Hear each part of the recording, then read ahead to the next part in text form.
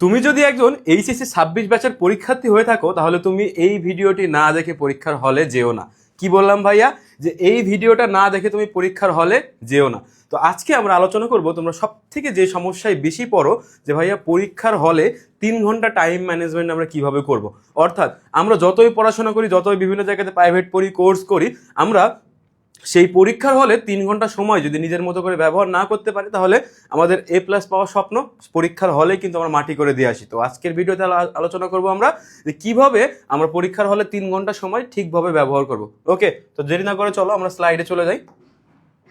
তো দেখি আমাদের সমস্যাটা হয় কোথায়, যে পরীক্ষার হলে টাইম ম্যানেজমেন্ট 3 ঘন্টার মাস্টার প্ল্যান। অর্থাৎ এই মাস্টার প্ল্যানটা যদি তুমি কাজে লাগাও পরীক্ষাতে, তোমার প্রস্তুতি যতই ভালো হোক তাহলে তুমি A+ কেন, তোমার আরো মার্ক গ্রেড বেশি বাড়বে। ওকে, ঠিক আছে, আমরা একটু দেখি। তো এখানে আমাদের কয়েকটা পয়েন্টে আমরা ভাগ করছি, এখানে একটু ভালো করে খেয়াল করলে তোমরা দেখতে পাবা যে আমাদের সবার একটা কমন সমস্যা কি, যে প্রশ্ন পাওয়ার পরে আমাদের সবার মতবাদ থাকে যে আমরা সম্পূর্ণ প্রশ্নটা একবার ভালোভাবে পড়বো। তো আমাদের পরীক্ষার হলে সময় থাকে 3 ঘন্টা।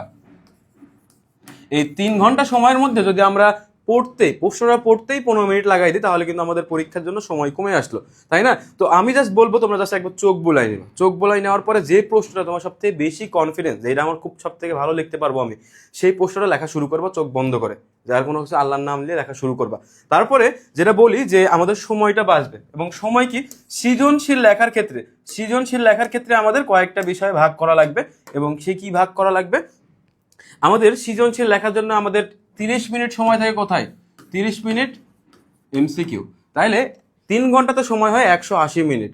তো 180 মিনিটের মধ্যে 30 মিনিট যদি চলে যায় থাকছে কত মিনিট, 150 মিনিট। তো 150 মিনিটে 7টা সৃজনশীল ভাগ করলে কি 21 থেকে 22 মিনিট করে আমরা সময় পাবো। তো 21 থেকে 22 মিনিট করে যদি সময় তুমি লাগাই দাও, যদি প্রথমটা তুমি 25 মিনিট লিখলা, তারপরে এটা 30 মিনিট, তাহলে কিন্তু শেষের দিকে সৃজনশীল তুমি শেষ করতে পারবে না। তো আমি বলবো এই 21 থেকে 22 মিনিট, এই কয়েকদিন হাতে সময় আছে না, 19 থেকে 20 মিনিটের মধ্যে লেখার কমপ্লিট করার চেষ্টা করো, বাসায় প্র্যাকটিস করো, যাতে পরীক্ষার হলে তোমাকে সমস্যায় না পড়তে হয়। তারপর একটু বলি যে ক নাম্বারের জন্য 1 মিনিট বা 30 সেকেন্ড দিবা, যেটা উত্তর সেটা জ্ঞানমূলক উত্তর লিখে দিবা। খ নাম্বারের জন্য 3 মিনিট দিবা। তারপরে কি বললাম, গ নাম্বারের জন্য দিবা 7, ঘ নাম্বারের জন্য দিবা 9 মিনিট। এইটা হলো তোমার সৃজনশীল লেখা। অর্থাৎ তোমার 20 মিনিটের মধ্যে কিন্তু সৃজনশীল কমপ্লিট হয়ে যাচ্ছে, এবং প্রত্যেকটা সৃজনশীল তোমার হাতে 1 মিনিট করে সময় বাকি থাকছে। এই 1 মিনিট করে সময় তুমি কোথায় কাজে লাগাবে এটা একটু জাস্ট বলি। তারপরে last and most important point, যে MCQ পূরণ করার সময় আমাদের মধ্যে দেখি যে 5, 6টা, 7টা MCQ কমন পড়লে আমরা খুব খুশি হয়ে যাই, আজকে তো পরীক্ষা ফাটাই ফেলে দিব রে। তো এই যে খুশি হয়ে আমরা আরো 5, 6টা MCQ ভুল করি পারাপারি করতে গিয়ে। তো MCQ এর জন্য তোমার 30 মিনিট সময় বরাদ্দ, এই সময়ের মধ্যে তুমি খাতা পাবে না। সেই MCQ গুলো যতই সহজ হোক, তুমি কমন পারলেও খুব ঠান্ডা মাথায় বৃত্তটা ভরাট করবে। এবং সর্বশেষে ওই যে সৃজনশীল লেখার ক্ষেত্রে যে তোমাকে বললাম যে 1 মিনিট করে সময় তোমার বাঁচলো, শেষ 10 মিনিট তুমি হাতে পাবা খাতাটা রিভিশন করার জন্য। তো পরীক্ষা তুমি যতই ভালো দাও, সবসময় তোমাকে মাথায় রাখতে হবে যে মানুষ লিখতে গেলে ভুল করে, এবং এই ছোটোখাটো ভুলগুলো তোমার মার্ক কমিয়ে দেয়। একটা সৃজনশীলের মধ্যে যদি তুমি 2টা বা 3টা যদি বানান ভুল করো তাহলে কিন্তু তোমার মার্ক কমে যাবে। এই জন্য বলতেছি এই 10 মিনিট তুমি রিভিশন দিবা।